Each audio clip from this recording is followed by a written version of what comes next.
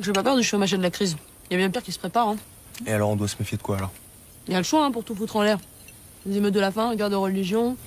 Ouais, ou les épidémies. Tu sais, trucs respiratoires que tu peux pas soigner là. Le coronavirus. Des films catastrophes qui développent une intrigue autour de l'apocalypse, il en existe des centaines. Mais au temps du coronavirus, ceux qui illustrent des maladies aux dimensions planétaires trouvent un nouveau sens prophétique. Alors pour mieux comprendre comment le thème de la pandémie est traité au cinéma, on vous a sélectionné 5 films sortis à des époques différentes. Panic in the Streets d'Elia Kazan, Rage de David Cronenberg, The Crazies de George Romero, Contagion de Steven Soderbergh et Pandémie de Sung Soo Kim. Tous présentent 2 points communs. D'abord, l'arrivée d'une nouvelle épidémie sur un territoire donné, mais également certaines similarités avec le réel. Tous les événements catastrophes ont d'abord été préfigurés dans la fiction avant d'advenir en réalité. Bertrand Vidal est spécialiste du cinéma catastrophe. Il nous a expliqué l'utilité du 7e art en période de pandémie du coronavirus.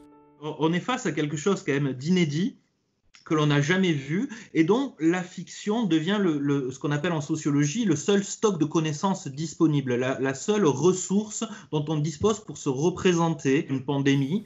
Mais alors, que nous apprennent ces films ? Au-delà de l'importance du port du masque et du respect des distances de sécurité, on comprend que selon les époques, l'ampleur du désastre varie. Dans les années 50, une pandémie mondiale n'est pas envisagée, alors le virus se cantonne à la seule ville de la Nouvelle-Orléans. Mais avec la mondialisation, les films les plus récents conçoivent des épidémies aux dimensions planétaires qui ne vont pas s'en rappeler. Le mal d'aujourd'hui. Nous sommes en guerre. On découvre également que tous ces films ont le besoin de désigner un responsable de l'épidémie. Et ce responsable, il vient souvent de l'étranger.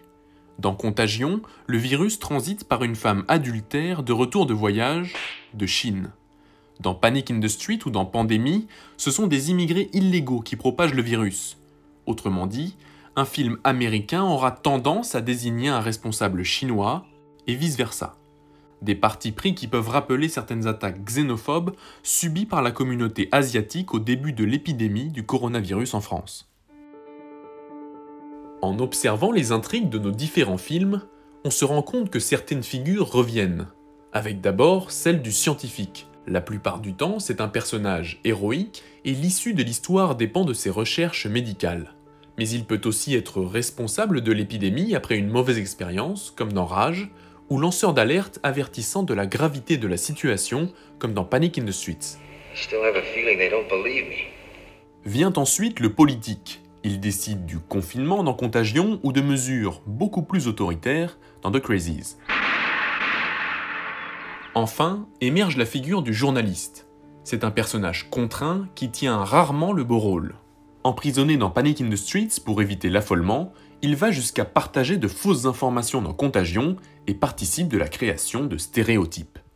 La plupart de ces fictions sont aussi ce qu'on appelle des propagandes silencieuses, des propagandes qui ne disent pas leur nom, toujours soutenues par des certaines personnalités qui sont mises en avant par les cinéastes. Il y a les bons comportements versus les mauvais comportements, ce qu'on appelle aussi les winners versus les losers, ou les winners versus les deserve to die, ceux qui méritent de mourir. Ce sont des manières de nous orienter culturellement aussi. Mais au milieu de ces lectures parfois manichéennes, le virus joue lui-même une partition.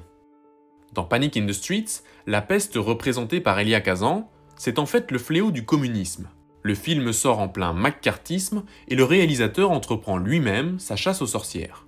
Dans The Crazies, c'est une contestation de la guerre du Vietnam qu'évoque la répression militaire.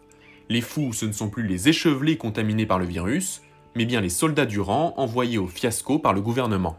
Autant de symboles qui attribuent au film d'épidémie un rôle. Quand on représente un zombie, on participe à grossir le danger pour que notre cogito l'accepte. On se rend bien compte, en fait, que quand on est face à la menace, elle est moindre. Quand on est face à quelqu'un, par exemple, actuellement, qui a le Covid-19, qui a le coronavirus, on n'a pas affaire à un zombie, en fait. On a affaire à un être tout à fait normal. Et si le film Catastrophe avait des vertus thérapeutiques ? Lorsqu'il joue à nous faire peur, le cinéaste crée un effet cathartique, un effet exutoire, qui permet d'imaginer les choses pour mieux s'y préparer. Si la fin du film est dramatique, le spectateur se rassure en se disant qu'il fera mieux dans la vraie vie. Et si le dénouement est heureux, alors il se conforte dans une position de supériorité par rapport aux événements. Quand on a vu un film catastrophe, on en ressort grandi parce qu'on a survécu.